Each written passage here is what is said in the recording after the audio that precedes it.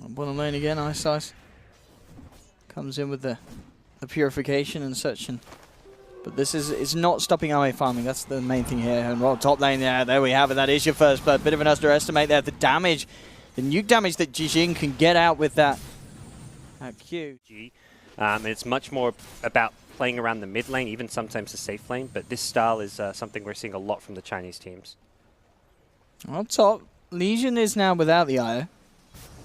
Jijing. Yeah, they want to try and take advantage of that. Can actually take him down. He's got 1 point in the heal. Will it be enough? Already the jump forward from Black. Jijing being brought low. As the stick charges, tries to run away with the bonus movement speed. The Fairy Fire as well. Isn't it enough? No, it's not.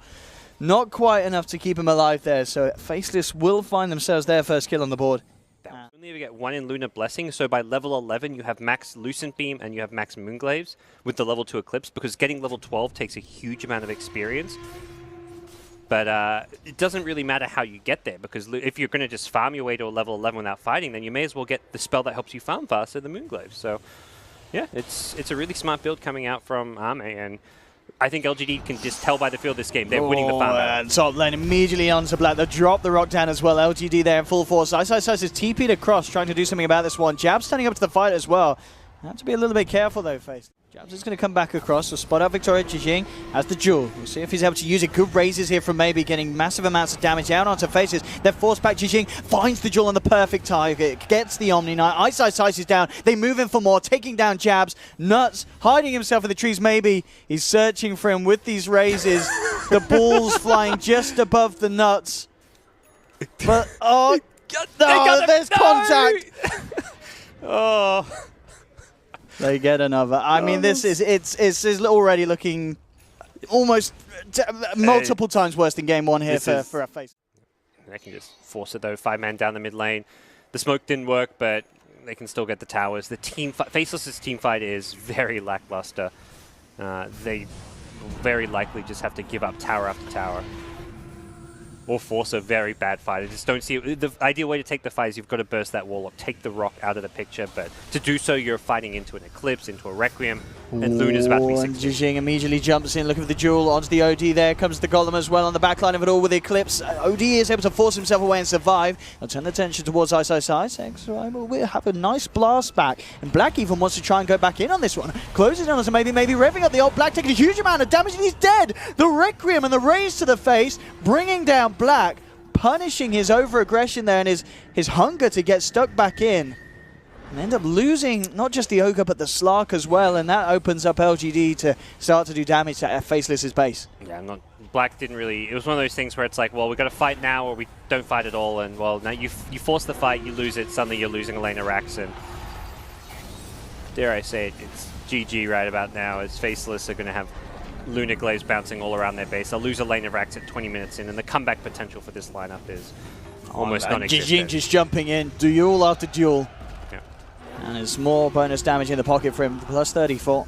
They can fall back. They did this without Roche. Yeah. And Faceless are in all sorts of trouble. Jijing in the trees, ready for the jump through, and immediately is there. On to the Keeper of the Light. There'll be a 5 blast to try and slow down the onslaught, but it's not going to save the Coral. Jijing getting the bonus damage. 2 heroes to fall on Faceless, opening up the potential for LGD to take a tier 2 and almost certainly move. Scouting things out here with the Shadow Blade, but I mean, can he really do something? He's looking towards trying to make a jump onto Victoria. Immediately focusing down the IO, pops the Shadow Dance, tries to finish him off and will get the kill, but immediately on the back lines, the duel for Jijing is there onto Jabs. They've lost the OD. Ice will go for the repel. GA and TP out will make it away. That value. If you trade a core for a core, that's actually okay for Faceless because you get so much gold for it. They'd probably get like 1,500 gold, maybe even 2k gold for killing this Luna or SF because of how far ahead they are. You've got Jijing actually looking towards Black and by himself, yeah, why Black, not? He nearly survives with the Shadow Dance, but Victoria just relocates him with the balls and he just disappears. Maybe gets off the Requiem. Will be popped by the Sanity's Eclipse. Jijing jumping in, trying to finish off Jabs. Actually gets relocated out, and that's going to mean that can't quite finish off the kill on the OD. But he does save his own life. Oh. Victoria saying, we're playing the safe game here. No throwing today, sir.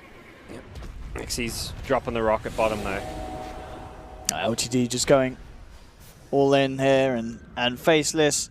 Not the best Carrick offering, and they can't actually get that top lane of Rax with the T2 tower. 5v4. Are we ever going to have a better chance? Probably not. Let's go now. Let's go fast. Let's see what they can find here.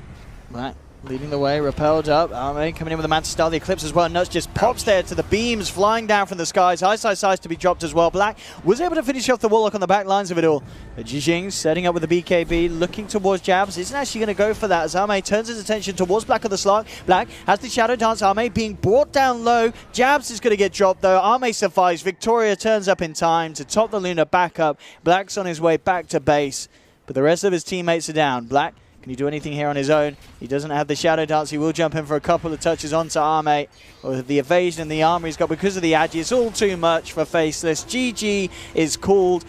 LGD turning up today, showing us a very, very strong performance. A lot of people anticipated this team coming in at last minute to be a bit of a